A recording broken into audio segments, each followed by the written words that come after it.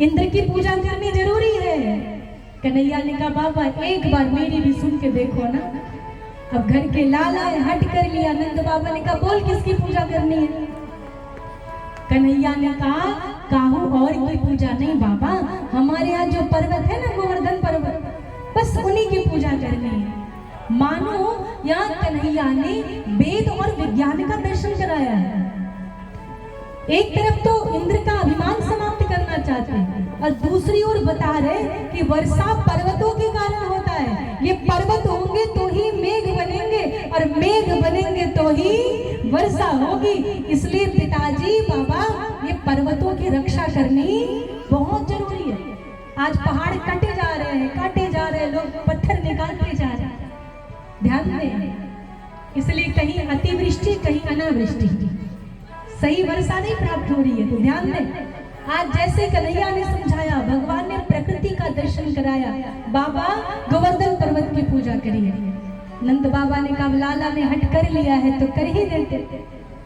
बाबा ने कहा लाला ये बता, ये नए नए वाले भगवान की पूजा कैसे होती है, हमें पता नहीं है, तो पूजा करने की विधि बता। कन्हैया ने कहा मैं बताता हूँ कि जितना भोग है सब लेके चलो गोवर्धन पर्वत की ओर। अब सब बाल बाल खूब झूम रहे, नाच रहे। आज नए नए वाले भगवान की पूजा होगी, आज हमें एक नए नए देवता मिलेंगे और सब खूब 56 भोग लेके चले गोवर्धन पर्वत की ओर। गोवर्धन पर्वत पे पहुंचे। नंद बाबा ने कहा अब क्या करें। कन्हैया ने कहा अब पहले क्या करते, भगवान को स्नान कराते, तो आप गोवर्धन पर्वत को स्नान कराइए। अब ध्यान देना, यमुना मैया दूर, गोवर्धन पर्वत दूर, सारे ग्वाल बाल आए, घड़े में जल भरे, पर्वत के ऊपर ले जाके गिराया, फिर जल भरे गोवर्धन पर्वत पे ले जाके गिराया। अब सोचो पर्वत बहुत विशाल, अब उनको स्नान कराते कराते थक गए ग्वाल बाल।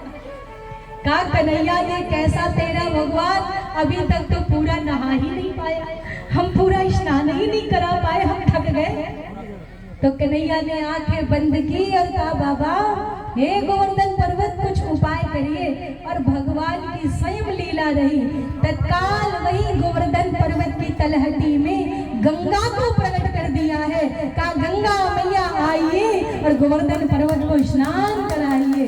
प्रेम से बोलिए गंगा मैया की। और उनको कहते मानसी गंगा। सभी लोग जयकारा लगाएंगे, प्रेम से बोलिए मानसी गंगा। और मानसी गंगा में से जल ले जाते स्नान कराने लगे। अब तो पास में हो गई गंगा, सब प्रसन्न हो गए ग्वाल बाल कि हमारे यहाँ गंगा आ गई। यमुना तो थी पहले से, अब गंगा भी आ गई। ध्यान देना, ग्वाल बाल क्यों खुश हैं। यमुना है भक्ति और गंगा है ज्ञान वैराग्य देने वाली। तो ग्वाल बाल ने कहा भक्ति तो मिल रही थी, अब ज्ञान और वैराग्य भी मिलेगा। तो अब वृंदावन में ज्ञान भक्ति और वैराग्य तीनों को प्राप्त करेंगे। जो आएंगे उनको तीनों प्राप्त होगा, ज्ञान भक्ति और वैराग्य तीनों मिलेंगे। अब आपके यहाँ भी 56 भोग आ रहा है। गोवर्धन पर्वत की पूजा चल रही है, जजमान लोग कर रहे हैं पूजा, चल रही है ना पूजा। तो गोवर्धन पर्वत की पूजा चलने लगी।